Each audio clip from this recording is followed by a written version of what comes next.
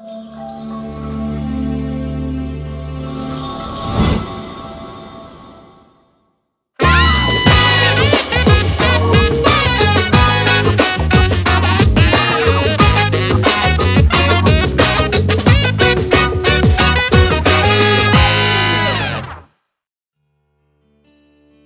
16 ayat 1 sampai yang ke-16, Hagar dan Ismail. Adapun Sarai istri Abram itu tidak beranak. Ia mempunyai seorang hamba perempuan orang Mesir, Hagar namanya. Berkatalah Sarai kepada Abram, "Kau tahu Tuhan tidak memberi aku melahirkan anak. Karena itu baiklah hampiri hambaku itu, mungkin oleh dialah aku dapat memperoleh seorang anak."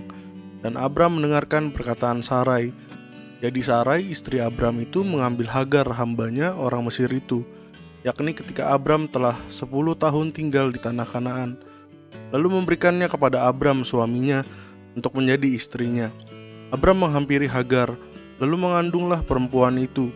Ketika Hagar tahu bahwa ia mengandung, maka ia memandang rendah akan nyonyanya itu.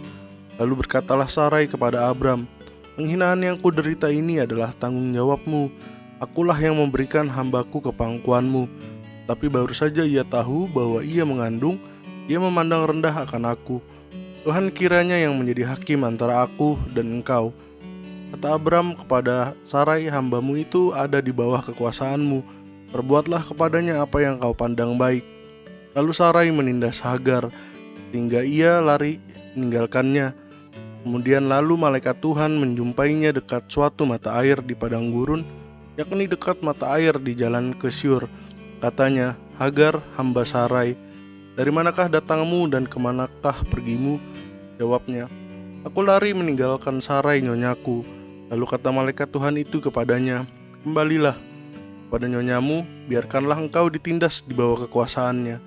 Lagi kata malaikat Tuhan itu kepadanya, "Aku akan membuat sangat banyak keturunanmu, sehingga tidak dapat dihitung karena banyaknya." Selanjutnya kata malaikat Tuhan itu kepadanya, "Kau mengandung dan akan melahirkan seorang anak laki-laki, dan akan menamainya Ismail. Sebab Tuhan telah mendengar tentang penindasan atasmu itu. Seorang laki-laki yang lakunya seperti keledai liar, demikianlah nanti anak itu. Tangannya akan melawan tiap-tiap orang, dan tangan tiap-tiap orang akan melawan dia. Dan di tempat kediamannya ia akan menentang semua saudaranya." Kemudian Hagar menamakan Tuhan yang telah berfirman kepadanya itu dengan sebutan, "Engkaulah El Roi." Sebab katanya, "Bukankah di sini kulihat dia yang telah melihat aku?" Sebab itu sumur tadi disebutkan orang Sumur Lahai Roi, letaknya antara Kades dan Beret. Lalu Hagar melahirkan seorang anak laki-laki bagi Abram, dan Abram menamai anak yang dilahirkan Hagar itu Ismail. Abram berumur 86 tahun ketika Hagar melahirkan Ismail baginya. Halo, shalom semua. Shalom, Pak Gimana Amos. kabarnya? Hari Baik, ini? Pak Amos. Baik semua. Kita mau lanjutin Bible Talk kita pada hari ini, ngobrolin tentang dari Kejadian 15 sampai 16 ya. Iya. Kita ngobrolin soal tentang Abram dan Ismail. Tapi kan sebelumnya ada cerita nih ya kan, kayak backstory-nya dulu sebelum kita ke Abram dan Ismail gitu ya. Di 15 Tuhan tadi di firman-Nya berkata gitu dalam satu penglihatan, dan di situ ada janji lah gitu kan, ada janji di mana Abraham yang belum memiliki anak dijanjikan Tuhan gitulah supaya ada nanti upahmu sangat besar. Terus tapi Abraham kan di situ ada sedikit bercerita gitu atau memberikan jawab juga dengan kayaknya agak pesimis lah, karena dia bilang, "Wah, kayaknya Eliezer nih hambaku yang bakal jadi jadi penerusku atau pewaris semua apa yang dia orang kaya gitu kan, gak punya keturunan tapi dengan harta yang kaya siapa dong nih? Ya udah pasti yang selama ini jadi asistennya dia kan, si Eliezer ini kan." Dan bla bla bla, dan ya inilah kita bisa lihat, memang kita coba nanti kita lihat dulu dari ayat per ayat gitu ya. Jadi kita segmennya mungkin kita bagi ya. Iya. Ya kan, kita lihat dulu ceritanya gimana, lalu kita lihat prinsip-prinsipnya apa yang bisa kita dapetin dari cerita 15-16 ini, baru kita nanti bisa aplikasinya dalam kehidupan kita ya. Iya. Mungkin dari Wester atau dari Pak Wijaya, dari ayat-ayat yang dibaca 15-16 ini apa yang mungkin fakta-fakta yang mencengangkan gitu kan, yang menarik dulu dari cerita Alkitab. Ternyata gitu. Gimana dari Pak Wi dulu deh ya? Ya boleh. Ya kalau bicara tentang Abraham, ini cerita yang memang mesti kita dalemin gitu ya, yang menarik. Kenapa kita mesti dalemin atau menarik ini? Karena Abraham ini menjadi leluhur daripada bangsa Israel dan menjadi bapak orang beriman ya, bapak orang percaya.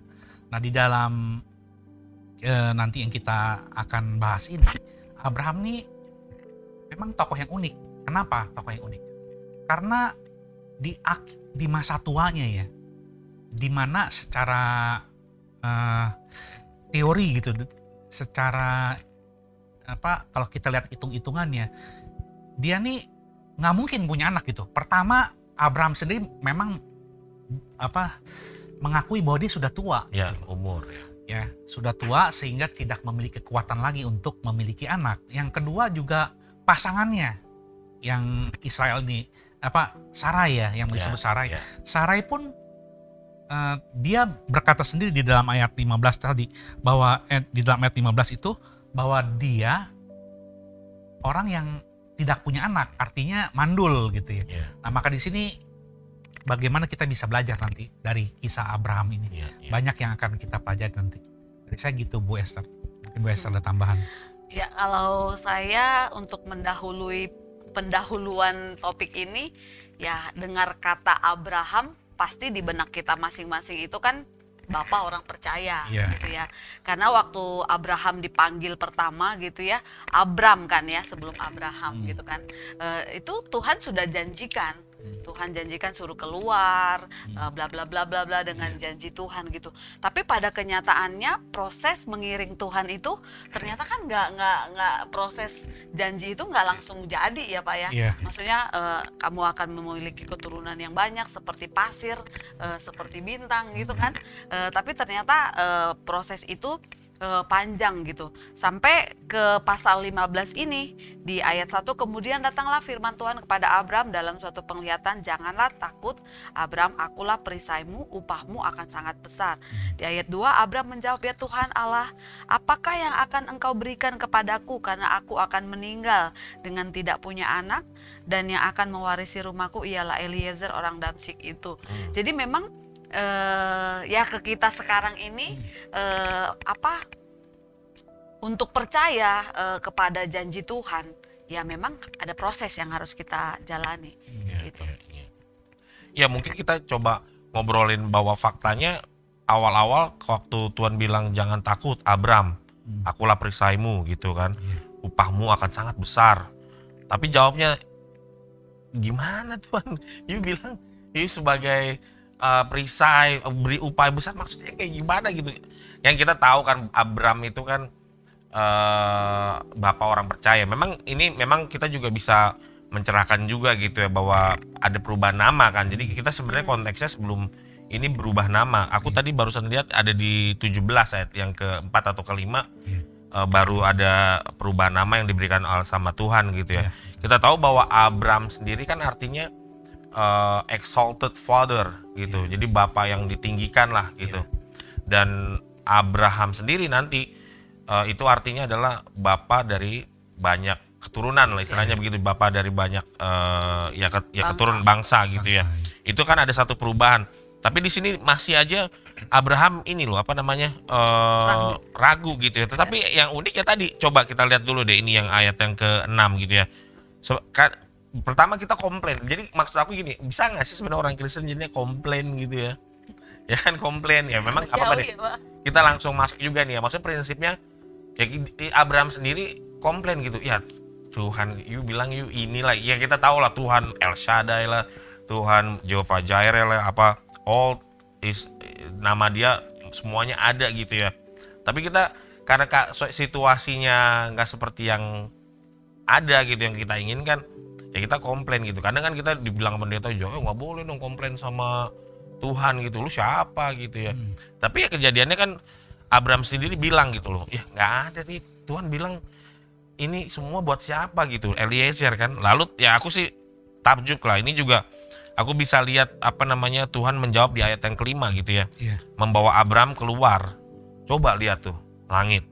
Itu aku kurang tahu Pak Wi apa nih. Maksudnya ini siang apa malam kira-kira nih konteksnya kalau misalnya siang nggak susah ya kalau misalnya siang baca bintang ya. Yeah. Kira-kira gitu ya.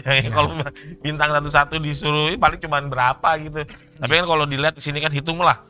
Jika engkau dapat menghitungnya, jika engkau dapat menghitung, artinya kan malam dong ya. Ya aku sih mikirnya gitu lah ya.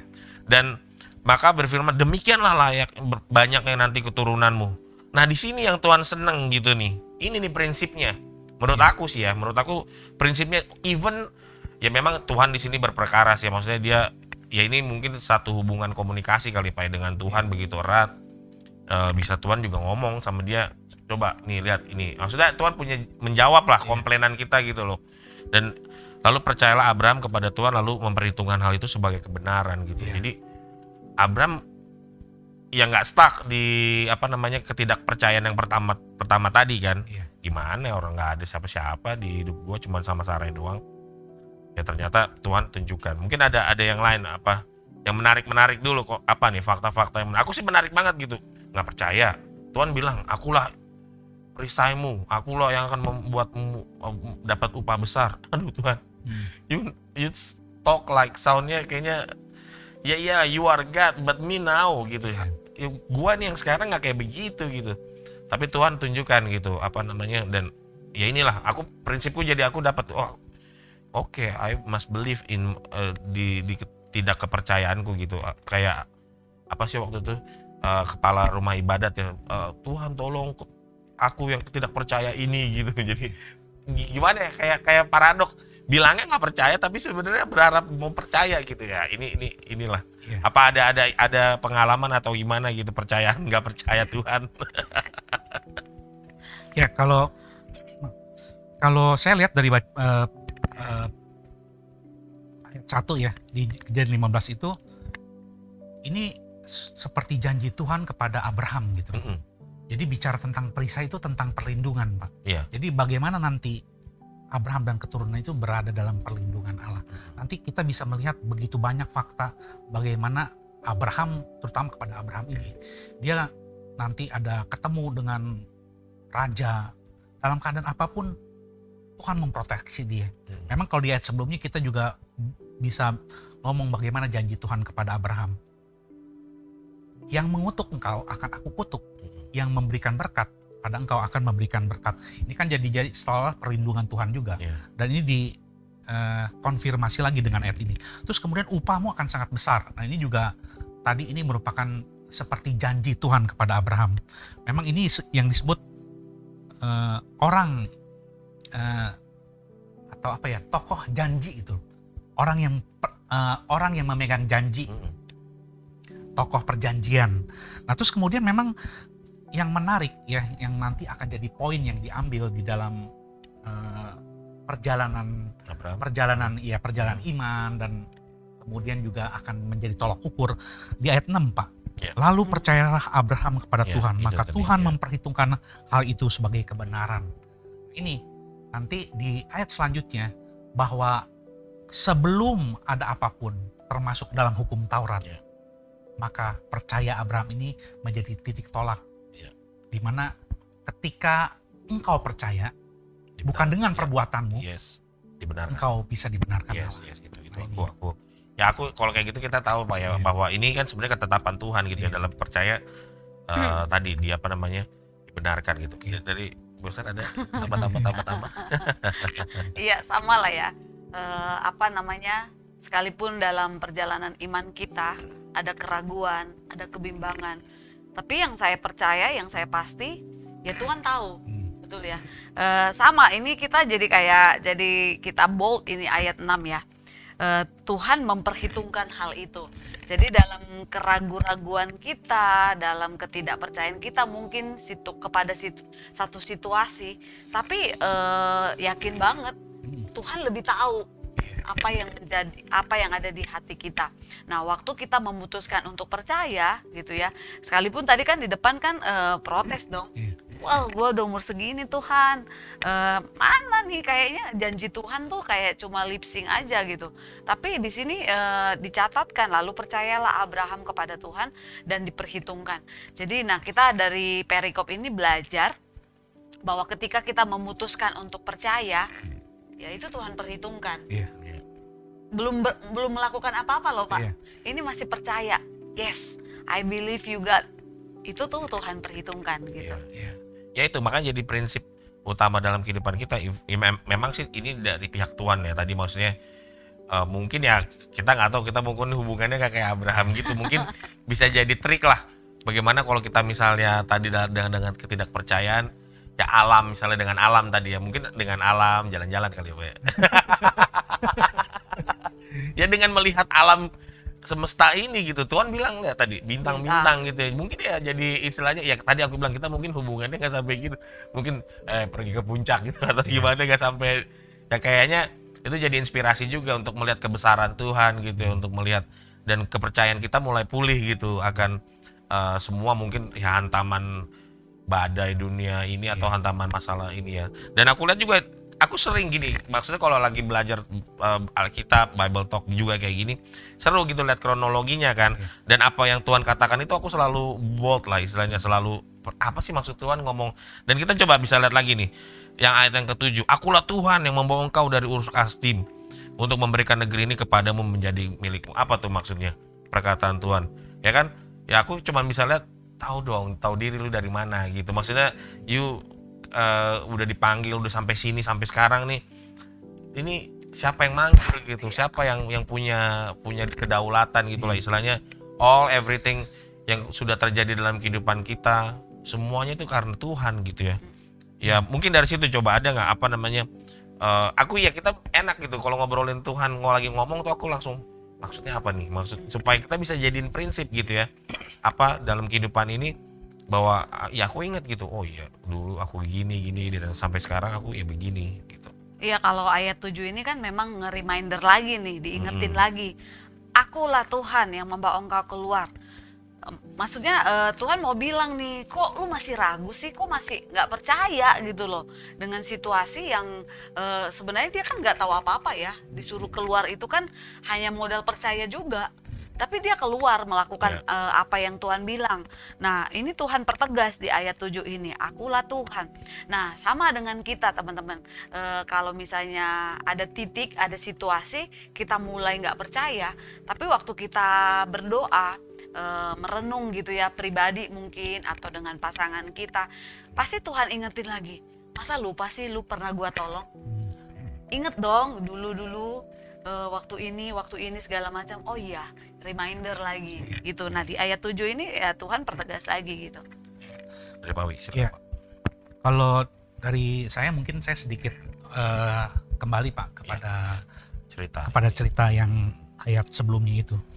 Nah ini jadi tolok ukur kita Pak, tolok ukur orang percaya bagaimana seharusnya percaya. Kalau kita lihat dari kondisi Abraham ini, lihat ya bagaimana dia menghadapi situasi ini nggak gampang loh Pak. Kadang-kadang kalau kita percaya bahwa kita sepertinya tahu nih 50-50. Misalnya kita jalan atau melakukan sesuatu yang bisa gagal, bisa enggak. Udah ada prediksi ya. Ya, ada prediksi. Jadi 50-50 kemungkinan berhasilnya. Tapi dalam kondisi Abraham ini ketika dia dijanjikan Tuhan, ini benar-benar dia tuh berada dalam posisi mungkin 1:99. Jadi kemungkinan dia punya anak itu 1%. Ya mungkin 0% lah saya bilang. Kenapa? Karena dia sudah menyadari bahwa dia dalam kondisi yang udah tua, udah mungkin disebutkan mati kucuk ya. Sedangkan pasangannya ini juga benar-benar udah mati hit. Nah, secara kedokteran sebenarnya sudah pupus, sudah habis. Nah, di sini diingatkan dalam kondisi Abraham, inilah yang disebut dengan percaya. Ketika kalau mungkin saudara-saudara gimana? Kalau pernahkah saudara mengalami hal ini? Mengalami hal yang ketika kita benar-benar alami, nggak gampang loh Pak. Ketika kita benar-benar, aduh, nggak mungkin. Tetapi ya kalau kita lihat di sini, tidak ada yang tidak mungkin bagi Allah. Bahkan Allah membandingkan apa yang kamu tidak pikirkan, kamu lihat ke atas. Lihat, sekarang kamu tidak mungkin punya anak seorang pun, tetapi aku berjanji, anakmu akan seperti bintang-bintang di langit. Nah ini kan dahsyat kan. Nah terus kemudian tadi yang akulah Tuhan yang membawa engkau keluar dari Ur Kasdim. Memang di sini bagaimana kita melihat janji Tuhan yang sifatnya tuh unconditional, tanpa syarat kepada Abraham. Abraham diberikan janji, dan kita melihat nanti perjalanan Abraham ini bersama Tuhan. Ini Abraham akan menjadi sosok yang menjadi batu penjuru gitu loh, batu penjuru terhadap janji-janji Allah. Nah, melalui keturunannya nanti, dan nanti kita lihat ke bawahnya ini bagaimana janji-janji Tuhan itu digenapi, Pak. Ya, dalam seperti ini, seperti aku akan memberikan kepadamu negeri ini menjadi milikmu. Kita belum tahu nih, Pak, sampai kita nanti ke dalam ayat-ayat pasal-pasal selanjutnya. Kita baru tahu bagaimana secara perlahan janji Allah itu digenapi. Ya memang dari situ udah tuh ceritanya langsung bergulir kepada Abraham, firman Tuhan bilang tetap sih aku lihat ke ayat yang ke-8 memang kepercayaannya mulai pulih gitu ya. Tapi di situ kembali lagi tuh kata Abraham, ya Allah, Tuhan Allah, dari manakah aku tahu bahwa aku akan memilikinya. Nah barulah Tuhan bilang, ambillah lembu, potong, ada yang dibagi 2. Terus juga domba jantan. Iya, terus ayat 12 mengatakan habis itu tidur nyenyak. Dan disitulah penglihatan kembali terjadi bahwa barulah ada satu Tuhan udah langsung punya nubuatan tuh. Di ayat yang ke-13 ada keturunannya bakal diperbudak gitu ya. Ya ini juga salah satu yang menakjubkan dari Tuhan. Langsung cerita sebenarnya kayak gimana ya gue ngomong sama Tuhan ya. Udah tahu ceritanya, dia kayaknya cheating dia. Ya udah tahu lah ya dia. Kitanya aja kali Pak ya. Ceritanya tuh udah ada. Dia udah tahu 400 ntar ntar dia punya anak banyak gede-gede, ntar diperbudak sampai 400. Kayaknya dia udah tahu ceritanya. Jadi kita tahu lah Tuhan kita Alfa Omega ya. Kayaknya kita kadang-kadang dia udah tahu. Iya itulah namanya prestise dari Tuhan udah tahu semuanya. Dan sampai kembali dan kita lihat di situ barulah ayat yang ke-18 ya, mengadakan perjanjian. Ini sih sebenarnya aku pengen juga kita ketahui kali ya Pak ya, bahwa ternyata perjanjiannya mungkin multilateral kali ya, multi perjanjian. Kalau pertama kita pernah bahas kan di kejadian lain kan, pertama kan aku kan menjadikan kau bangsa yang besar gitu ya. Tapi di sini kan kalau lebih diarahkan kepada apa tuh Pak ya, di 18 kepadamu kuberikan negeri ini, ya kan, batas-batasannya tuh tanah orang ini. Jadi mungkin ke 15 aku lebih mengingatnya lebih ke arah spesifik. Negerinya ya, lebih ke arah negeri dulu ya. Kalau anak sih memang iya sih. Di awal kan ngeluhnya kan nggak punya anak, tapi kayaknya sih janji Tuhan di sini lebih spesifiknya ke arah negeri mana nih yang bakal kamu iniin gitu. Nah, barulah kita masuk ke topik selanjutnya kan. Si Ismail. Hagar dulu ya. Hagar gimana. Nah ini seru juga nanti masalah hubungan RT nih, rumah tangga. Rumah tangga ya kan. Rukun tetangga nih. Makanya coba kita langsung atau dari yang 15 ini ada tambahan lagi. Jadi aku cuma langsung gitu. Jadi aku ngingat Tuhan berjanji, aku jadinya mungkin tadi gak percaya, Tuhan tunjukkan dengan bintang-bintang. Jadi gitu, maksud aku selalu, mungkin aku nggak hafal secara ayat gitu ya, tapi aku selalu mengimajinasi, Tuhan tunjukkan, aku harusnya percaya gitu ya. Terus Tuhan ingatkan asal kita dari mana. Terus juga mungkin masih nggak percaya, gimana aku memilikinya. Ada persembahan tadi kan. Terus Tuhan istilahnya berkenan dengan persembahan itu, dan barulah perjanjian diadakan bahwa negerimu. Dan juga tadi ada nubuatan gitu ya, bahwa Tuhan udah tahu lah bahwa nanti perbudakan Mesir akan terjadi. Dan jadi aku terlalu begitu nanti kalau belajar Alkitab, 15 tuh begini ceritanya. Jadi kayak udah filmnya ya, mungkin gara-gara sering nonton film jadi alurnya jadi enak. Ya kita langsung ke Pak, gimana? Atau tambahan 15 dulu nih, 15 supaya kita Iya, jadi di pasal 15 itu ya kata kuncinya sih percaya ya. Yes. 15:6 tadi ya. Tidak ada yang mustahil bagi Tuhan.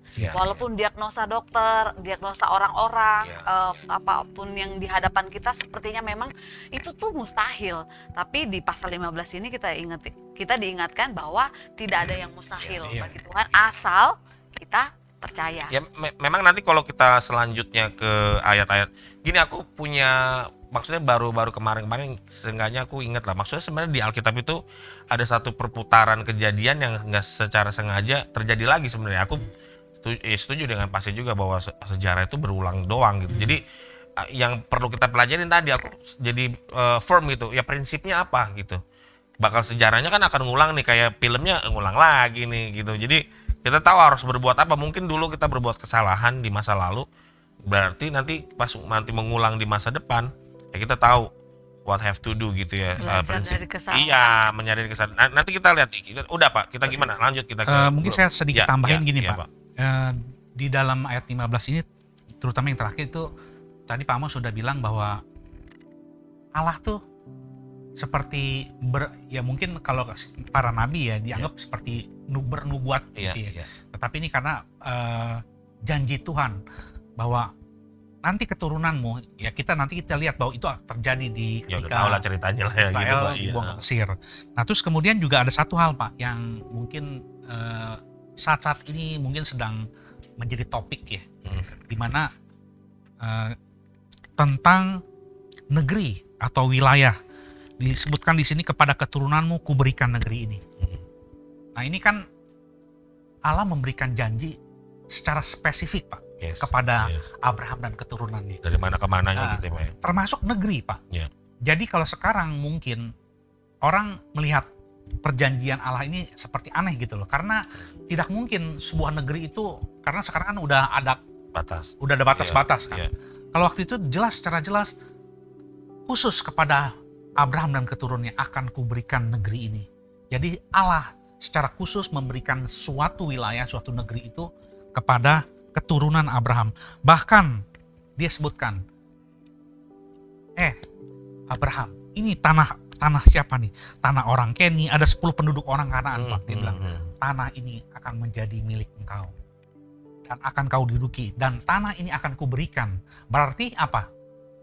Orang tanah Keni ini sebenarnya mereka tuh yang sudah menduduki, ini berarti nanti akan digantikan oleh keturunan Abraham.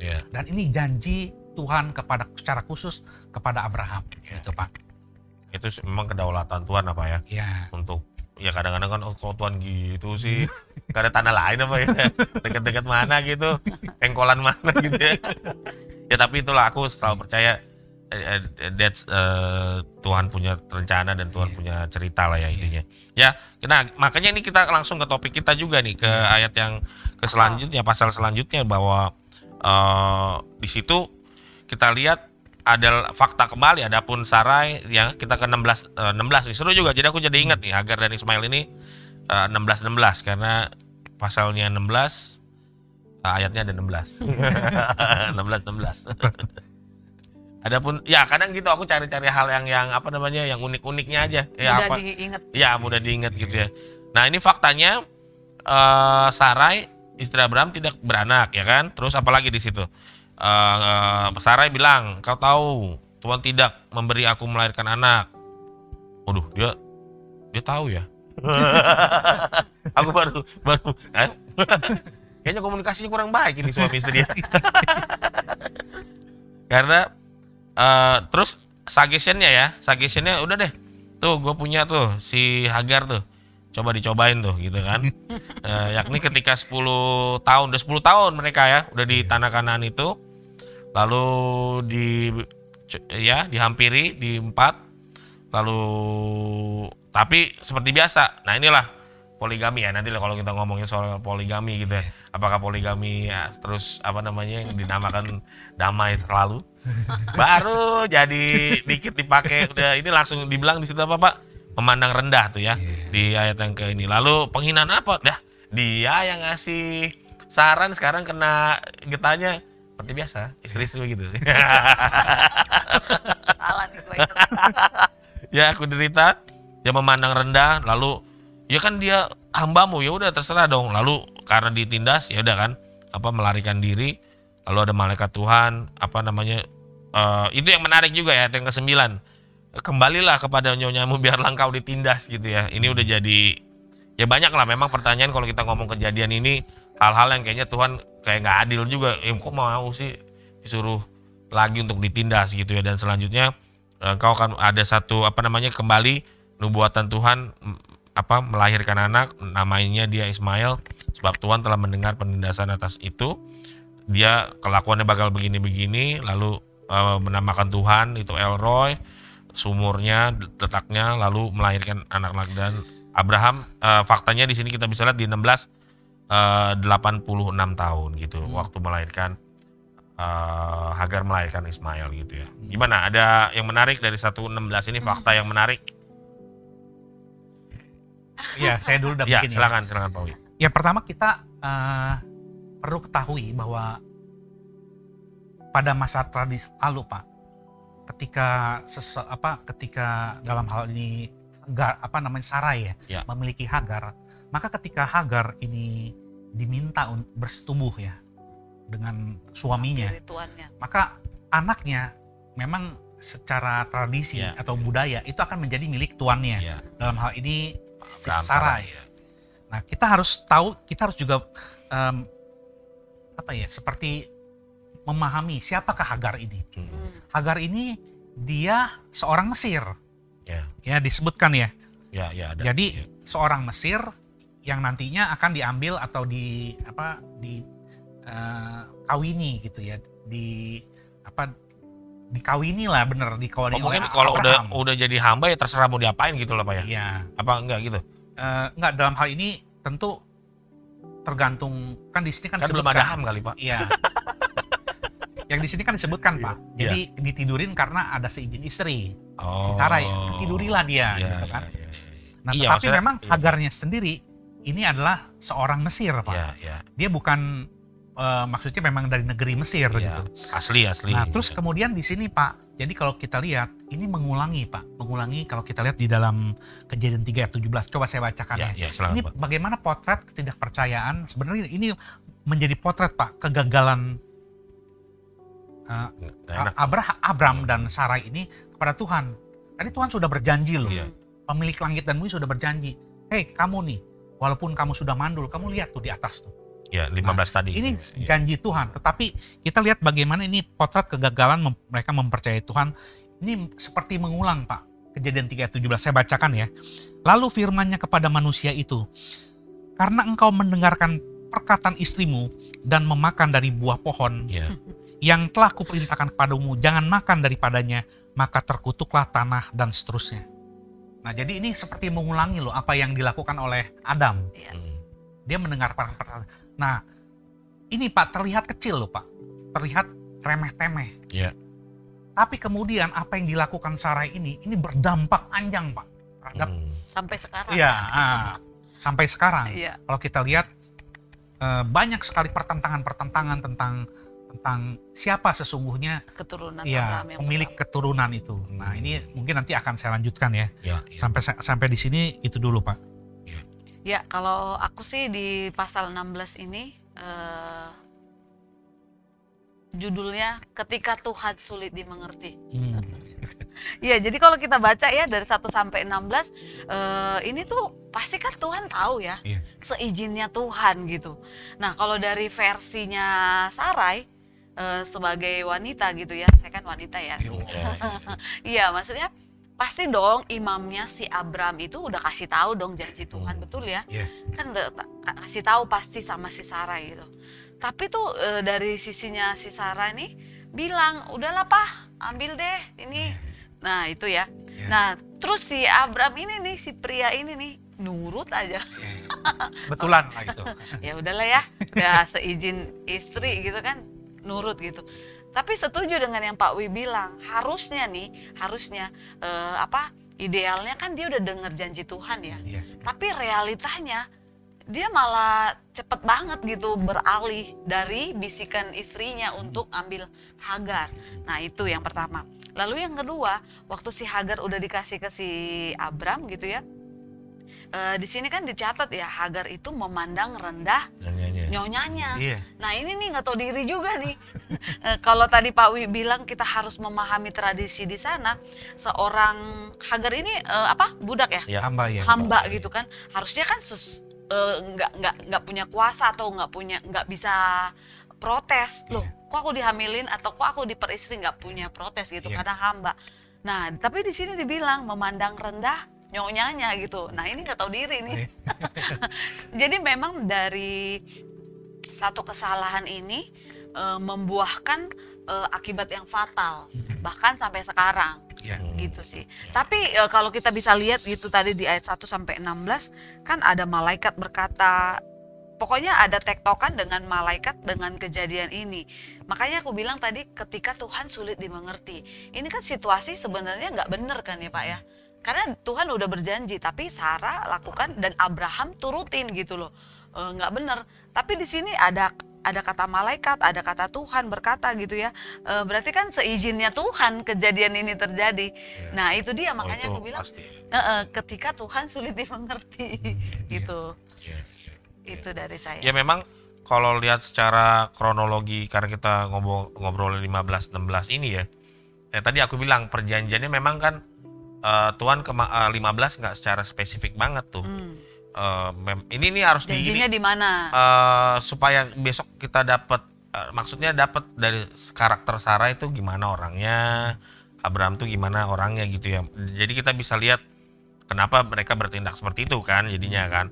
Kalau kita lihat kan tadi makanya aku bilang perjanjian di 15 tadi nggak spesifik mengarah kepada anak gitu. Memang sih tadi tapi kan terakhir kan waktu dia tak kasih tadi apa ya korban tadi kan lebih ke arah tadi apa Pak? Negeri kan, iya negeri lebih ke arah nanti kan ke ayat selanjutnya kan kita tahu ya apa baru ada yang spesifik gitu waktu ada 3 orang datang sebelum Sodom dan Gomora. Aku sih bukan mendahului nanti pembicaraan karena saya ingatku gitu ada 3 orang mendahului dan itu Tuhan sendiri gitu ya. Dia mau ngobrolin soal Sodom dan Gomora dan ada syafaatnya dari Abraham tapi sebelum itu Tuhan di situ perbarui janji lagi gitu tahun depan. Tapi di situ Sarah apa? Tawa kan? Iya itu loh yang aku bilang kayaknya ada kayak belum mudeng juga kali ya. Apa mereka ini Tuhan belum spesifik lah kayak gimana ya ngomong aku juga kurang cuman lihatlah bintang gitu ya ataupun juga Abraham juga nggak berkomunikasi dengan baik gitu ya dengan istrinya atau gimana aku kurang tahu juga supaya kita bisa lihat tapi kan faktanya Tuhan janji secara spesifik tentang anak itu bukan di sini gitu di ayat di pasal-pasal selanjutnya dan yang aku percaya ini jadi juga kebaikan juga bukannya kadang-kadang gitu ya aku selalu terus berpikir bahwa cerita dalam Alkitab ini selalu akan mendatangkan kebaikan gitu ya kadang aku nggak suka orang ya kenapa ya bisa ceritanya begini ya jadi kayak dia mempertanyakan harusnya nggak begitu gitu kadang ya kalau aku sih orangnya ya kalau udah begitu kita terima gitu loh apa adanya dan menjadikan semuanya itu jadi kebaikan gitu ya dan kalau kita bisa lihat di ayat yang ke-15 kan di situ ada ayat referensinya tuh Pak ya. Di Galatia 4:22 kita tahu kan itu kan kayak gambaran kan perjanjian ini kan di perjanjian baru akan dijadiin sebagai gambaran bahwa keturunan dari Ismail itu adalah keturunan dari daging tapi keturunan dari Ishak adalah keturunan perjanjian kan itu kan nanti ya itu masalah teologi yang lain lah masalah atau hal-halnya tapi yang aku bisa lihat semua yang ada di Alkitab ini terjadi ya memang sesuai rencana Tuhan gitu dan seizin Tuhan lah ya. Ya mungkin ada lagi yang bisa di fakta apa atau juga aplikasinya dalam kehidupan kita mungkin kayak gitulah suami istri bisa lah kemarin gue ketemu Tuhan yang di 15 gitu cerita gitu ya apa namanya Tuhan bilang begini Tuhan bilang gini gitu mungkin apa nggak tahu mungkin karena kan ada tuh misalnya di ayat yang dulu-dulu di mana ya di Petrus ya bilang ya bahwa Abraham dinamai sama Sarah itu Tuhan gitu ya apa sampai tapi Tuhan bisa disuruh-suruh juga jadi ya maksudnya ini masalah hubungan gimana nih ya istilahnya kalau mungkin Abraham nggak cerita kali ya apa namanya kejadian waktu dia disuruh lihat bintang gitu kan bahwa keturunanmu bakal nyatanya soalnya ini karena deket banget ya 15 ke 16 itu ceritanya tuh maksud aku apakah Abraham nggak cerita sama sekali gitu ya sama Sarai sampai Sarai suruh sampai suruh dan Abraham juga udah tahu janji Tuhan udah dilihatin itu yang 6 kemarin itu apa maksudnya percayalah Abraham maka diperhitungkan jadi apa sebagai kebenaran tadi jadi gimana tuh ini orang kayak kadang kita kan gitu ya kita belajar kan kita tahu bahwa Abraham bapak orang percaya gitu Pak ya dan kita lihat di pelin-pelannya bentar naik gitu ya ntar turun, taunya dia lakuin gitu apa yang ya istilahnya planningnya nggak begitu gitu kan ya Pak ya, planningnya kan nggak begitu Pak. Ya jadi gini Pak, inilah Alkitab kita ya, Alkitabnya juga orang Yahudi, di mana dalam sisi manusia, dalam bahkan tokoh bapak orang beriman pun disebutkan Pak bahwa seorang manusia itu ada titik positif dan negatifnya, dan itu secara Alkitab tuh secara jujur mengungkapkan bahwa bahkan seorang tokoh Abraham pun dia memiliki sisi ketika Allah sudah berjanji, dia pun ada turun naik Pak imannya. Nah, jadi ini justru menurut saya sebuah kejujuran yang diungkapkan atau dituliskan oleh Musa. Bagaimana kamu sebenarnya harus belajar nih, bahwa seorang pemimpin pun, seorang bapak orang beriman pun, dia terus harus connect terus dengan Tuhan. Karena apa terjadi Pak, akan terjadi juga dalam kehidupan kita saat ini pun sebagai orang percaya, pasti kita akan ada naik turunnya. Bahkan Abraham sendiri seperti itu. Nah terus juga saya tambahkan Pak, memang kalau kita lihat nanti kita akan kata kuncinya kepada Ismail ya Pak ya. Nah Ismail ini menjadi kontradiktif Pak, atau kontras ya di dalam Alkitab. Kenapa? Karena dia digambarkan juga sebagai putra sulung dari Abraham. Walaupun dia berasal dari hamba, seorang hamba yang seorang Mesir. Nah ini ya jadi dibilang waktu kelahirannya. Nah ibunya sendiri Hagar kan dari hamba Pak. Kemudian kita lihat tadi setelah dia menikah, nah berubah kan tabiat. Ya berubah dia sikapnya kepada nyonyanya, tuannya. Dia bersikap sombong gitu ya, sehingga membuat istrinya nih maksudnya istrinya si Sarai ini jadi sedih gitu kan. Apa yang dilakukannya. Nah terus kemudian kalau kita lihat Pak, apa yang diharapkan si Sarai dengan supaya mendapatkan anak, supaya menutup aibnya kan. Tetapi kemudian anak ini jadi sumber konflik di rumah tangganya. Ya kan? Sampai sekarang. Nah terus kemudian juga kalau kita lihat ya nanti ya ada sisi positif dan negatifnya. Tetapi yang ingin saya catat juga Pak, Alkitab sendiri mencatat ya bahwa keturunan daripada Ismail ini, dia pun akan sama Pak. Tuhan berjanji bahwa dia akan sama jumlahnya seperti bintang di langit. Cuman kalau untuk keturunannya Abraham, itu benar-benar seperti bintang di langit karena ditambah si Ismail ini. Ismail pun keturunannya ini kan nanti kan Abraham punya anak Ishak kan. Ya, Ishak yang jadi punya kakak tirinya si Ismail ini. Nah, keturunannya dia ini banyak Pak. Tetapi keturunannya si Ismail juga dijanjikan bahwa dia pun akan punya keturunan banyak. Nah, tetapi nanti akan dicatat Pak. Ya, kelebihannya apa? Kelebihannya itu dia akan memiliki keturunan yang banyak. Tapi ada juga dicatat di dalam Alkitab kita ya. Makanya dalam perjanjian ini bagaimana Ismail ini kemudian dipertanyakan Pak. Nanti dari mana toh? Maksudnya siapa nanti yang akan menjadi anak perjanjian? Kita coba lihat ya di dalam, coba saya bacakan Pak ya, di dalam Kejadian 17 Pak nanti. Mungkin kita sedikit melompat karena ini sudah menyangkut Ismail. Nah ya, di dalam budaya Yahudi, anak sulung akan menjadi ahli waris.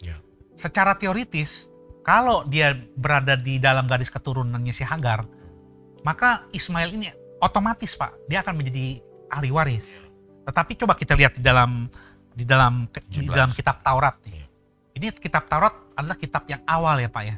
Di dalam Kejadian 17 dikatakan, saya bacakan 18-19, dan Abraham berkata kepada Allah, sekiranya Ismail jadi anak sulung dia, diperkenankan hidup di hadapanmu, di hadapan Allah maksudnya. Tetapi Allah berfirman, tidak, melainkan istrimu Sarahlah yang akan melahirkan anak laki-laki bagimu. Sarah ini istri benerannya ya. Dan engkau akan menamai dia Ishak, dan aku akan mengadakan perjanjianku dengan dia. Jadi dengan siapa? Dengan Ishak Pak. Di sini dicatat ya. Ini bukan saya yang opini saya atau pendapat saya, tapi ini Alkitab Taurat ini mencatat menjadi perjanjian yang kekal untuk keturunannya. Jadi kalau kita berdasarkan ayat ini, memang ini antara dua anak ini, antara pertama anak hamba, seorang hamba dari Mesir yang memperanakan Ismail maksud saya, dengan istrinya yang memang sudah dijanjikan. Nah, walaupun dia anak kedua, Pak, inilah sebenarnya anak dijanjikan dalam kitab Taurat dicatat. Jadi memang menurut kitab Taurat, kalau kalau kita berdasarkan kitab awal ini, maka sebenarnya Ishak memang yang menjadi anak waris, anak perjanjian. Betul. Gitu, Pak. Oke, nah aku sih ya melihat banyak sekali memang pembicaraan 15-16 ini seru banget gitu. Tapi kan kalau kita terus-terusan banyak sekali. Dan ini yang menarik terakhir kalau dari aku ya, mungkin kita langsung ke statement akhir kita. Yang menarik dari Ismail ini adalah kejadian daripada 16 ini gitu. Aku lebih menarik kepada memang Sarai gitu ya. Sarai tadi yang Bapak bilang kejadiannya tadi berulang lagi Pak ya, di mana suami mendengarkan perkataan istri gitu. Suggestionnya sarannya gitu. Dan ternyata menghasilkan sesuatu hal yang dahsyat gitu Pak. Hal-hal yang pokoknya fantastis, bombastis gitu ya. Nah, mungkin itu di situ gimana juga tuh ya. Kita sebagai mungkin yang sudah menikah menjadi suami, kalau mendengarkan istri begitu mungkin ada ininya, jadi ada pertanyaan gitu, bagaimana nih supaya kita tidak terjebak dalam saran-saran yang mungkin kurang baik gitu ya. Dan kita tahu kan Tuhan menciptakan perempuan sebagai penolong gitu Pak ya. Tetapi ternyata ada 2 orang di sini ya Pak ya. Kita melihat bahwa kelakuannya mungkin ya dalam tanda kutip ya, yang namanya Hawa. Ini bagus Pak, ini Pak buahnya Pak, tolong dimakan Pak. Ternyata ini Pak, gak punya anak kita apa gimana Pak? Ini Pak, aku punya stok nih Pak, 1 nih Pak, bisa dipakai dulu Pak supaya bisa ya cadangan gitu ya. Ternyata ya gitu tadi, malahan jadi poligami berakibat rumah tangga jadi malah jadi nggak ini ya. Aku jadi berpikir banyak gitu lah dengan Abraham ini, lika-liku kehidupannya memang begitu ini sih ya, dari tadi apa kita ngobrolin imannya yang naik turun, mungkin hubungannya juga dengan istrinya gitu ya. Dia orang yang taat juga ya sama istri gitu ya. Yang bagaimana lah terakhir, statement terakhir apa aja gitu ya, supaya kita bisa mengingat bahwa kejadiannya ya memang sih soal Ismail tadi ya itu menjadi ketetapan lah Pak ya. Itu menjadi gambaran juga tadi kalau aku komen tentang Ismail tadi, dan jawabannya ada lah di Alkitab bahwa anak perjanjian itu ya dari dari Ishak itu ya. Ya, yang terakhir dari Pak Wi atau Esther? Ya, mungkin ya. Iya, kalau dari sisi istri nih, sisi wanita. Istri, ya. Sisi yang para pria-pria wakil Tuhan, ya kan imam ya, wakilnya Tuhan. Nah, komunikasikan nih apa yang Anda dapat dari Tuhan ke istri gitu. Jadi nggak dengar sendiri tanpa di-sharingin, terus nanti istri ngomong apa langsung iya. Mengesampingkan apa yang kata Tuhan gitu. Mantap. Jadi kan bener dong, ini nih tokoh utamanya ini para pria dong, para suami, para imam. Kenapa bisa jadi terjebak? Karena nggak dikomunikasikan apa yang Tuhan sampaikan ke istrinya gitu. Jadi usul dari istri jadi mengesampingkan apa kata Tuhan. Gitu Pak. Ya, memang kalau tadi yang sudah disampaikan Bu Esther itu komunikasi penting ya. Tetapi satu hal yang mungkin saya catat juga untuk kita lakukan gitu ya. Yang terpenting kalau di dalam ayat kitab ini selalu ditekankan bagaimana seorang baik wanita maupun pria selain terjadi komunikasi itu adalah berpegang teguh pada perintah Tuhan. Selalu lihat perujuk. Karena sometimes kita tuh akan menghadapi kayak contoh tadi. Sebenarnya saya yakin juga mungkin sudah terjadi komunikasi, tetapi dalam kondisi begitu kesesakan. Begitu pengen punya anak ya. Bahkan menunggu, Tuhan janjikan berapa lama lagi Tuhan? Udah lewat sehari nih, udah lewat 2 hari, udah lewat sebulan, udah lewat 2 bulan, setengah tahun, 2 tahun, dan seterusnya kan. Ini prosesnya cukup lama Pak. Kapan Tuhan? Nah, sesak dong dia Pak. Nah, ketika kesesakan ini mungkin timbul Pak, bakal terjadi godaan. Nah, maka ketika terjadi kegodaan, apakah kita terus Pak berpegang teguh pada perintah Tuhan? Ini memang tidak gampang sih Pak. Memang kita harus tetap gimana nih? Saya juga mungkin seringkali mengalami kendala ya dalam hidup saya kalau misalnya kita dalam kondisi tertentu kita harus berpegang pada Tuhan. Kenapa? Pada saat kesesakan kita selalu semakin digojlok. Nah, tetapi itulah yang firman Tuhan katakan bahwa Alkitab dicatat menjadi peringatan. Israel dicatat tuh sebagai peringatan buat kita supaya kita tuh melihat loh bahwa ini pernah kejadian loh. Kasus seperti kasus Abraham. Ya kan, kasus Abraham juga bisa jadi peringatan, Pak, bahwa biar bagaimanapun kalau kamu coba kamu berpegang pada perintah Tuhan, sebenarnya kamu nggak perlu si Sarai sendiri, termasuk Sarai sendiri ketika tidak perlu kasih saran menyarankan gitu kan, kalau udah tahu harusnya menyarankan untuk memberikan Hagar. Dan demikian juga termasuk bukan salah istri juga, termasuk Abraham juga. Kenapa iyain gitu? Ya mungkin juga ini no comment. Nah mungkin juga Abraham ini juga tergoda, tetapi dalam kasus ini tadi yang Ibu Esther bilang, sebagai imam seperti Adam kan, dia harusnya ngomong, mengingatkan gitu. Gak bisa kayak gini nih. Iya, Saraiku yang tercinta. Asik. Yang kita punya Allah pencipta yang dan udah janji loh. Kita sudah janji. Nah, tetapi kan ya dalam kondisi ini lagi-lagi kan, history repeat itself. Jadi ini berulang. Jadi kejadian 17 diulangin lagi. Nah melalui ini kita bisa belajar. Pak. Enggak, terakhir mungkin aku ingat kata Sarah itu artinya itu sebenarnya princess. Ya mungkin kan dia princess, cintanya. Iya kali, princess gitu. Jadi udahlah nurut sama princess aja dah. Iya, jadi ngesampingkan yang segalanya. Ya, oke. Thank you. Makasih Pak Wi dan Bu Esther.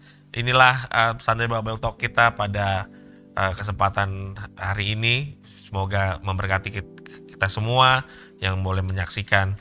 Sampai jumpa di Sunday Bible Talk yang berikutnya. Saya Amos. Saya Esther. Saya Wijaya. Sampai jumpa. Tuhan Yesus memberkati. God bless you. God bless you.